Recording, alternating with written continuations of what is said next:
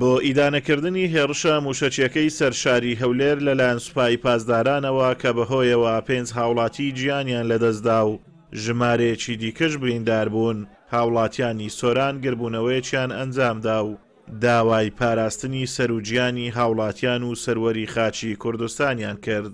جاری یەکەم نییە بە بەرچاوی کۆمەڵگەی نێودەوڵەتی و حکوومەتی عێراقی فیدڵار بە بیانووی بێبنەما هێرشی ناڕەوا دەکرێتە سەر هەرێمی کوردستان و هاوڵاتیانمان شەهید و بریندار دەکرێت. هیچ ڕەوا نییە بە بەرچاوی هەموو جیهانەوە نەتەوەی کورد کۆمەڵکوژ بکرێت و تەنها ئیهانەکردن و ئیدانەکردن بکرێتە ئیجراعات و سێدەی لەسەر یەکە ناوچە سنووریەکانی هەرێمی کوردستان لەلایەن تورکیا و ئێران کە دوو وڵاتی دراوسەی هەرێمی کوردستانن بۆردۆمان و تۆباران دەکرێن.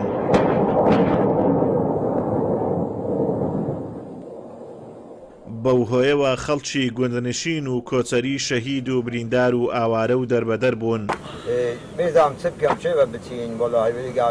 بەردەوامیش جگە لە دەرکردنی بەیاننامە حکوومەتی هەرێم و حکوومەتی عێراق بێدەنجیان لە ئاست ئاوارەیی و قوربانیدانی هاوڵاتیانی ناوچە سنووریەکان هەڵبژاردووە. هاوڵاتیانیش دەڵێن ئەگەر بەرپرسانی هەرێم لە ڕابردوودا لە خەمی خەڵکی خۆیان بوونایە ئێستا موشەکەکان نەدەگەیشتنە پایتەخت.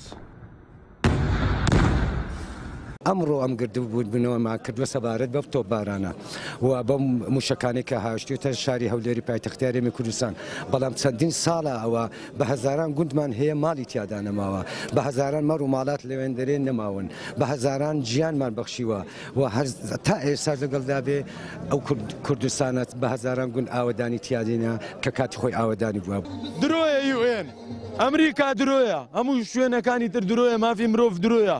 ئێمە بەس دەبێت پەنا بۆ خوا ببین، بەس دەبێت لە خوا پاڕێنەوە ببینە لە پێشتاوی هەموو جیهان خوشک و برایەکانمان لە فەڵەستین چۆن نەکوژرێ. 10,000 بەس منداڵ کوژرایە.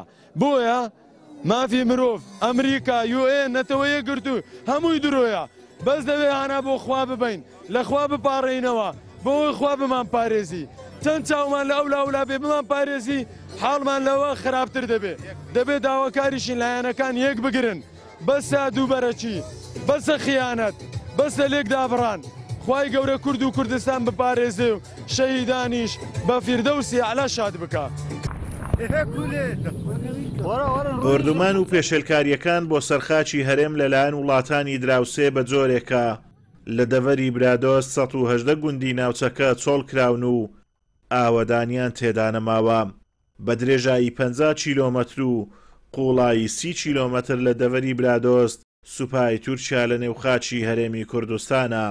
لە ماوەی 5 ساڵی ڕابردوو بەهۆی بۆردومان و تۆبارانی وڵاتانی دراوسێ 24 هاوڵاتی لە سنووری ئیدارەی سۆران شەهید بوون کە چیتا وەکو ئێستا قوربانیان بە شەهید دانەنراون و موچەیان بۆ نەبراوەتەوە، هەروەها قەرەبووی زیانمەندبووانیش نەکراوەتەوە.